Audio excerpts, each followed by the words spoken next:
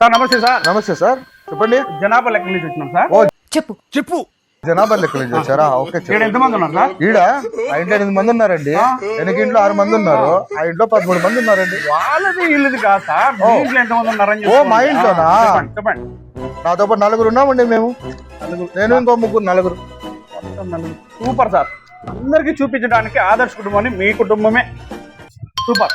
మీరు మీ భార్య మీతో పాటు 2 పిల్లలు కదా? అది కాదండి, నేను నా 3 భార్యలు ఉంటాము ఇంట్లో. ఆహా, విధాడిందిరా నీతో నీ వింత నాటకం.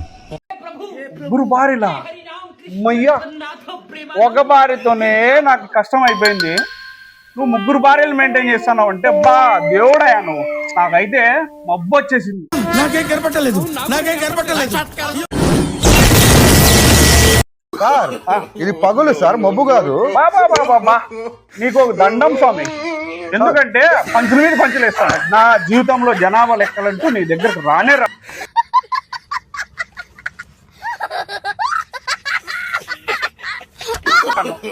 Sir sir sir sir sir sir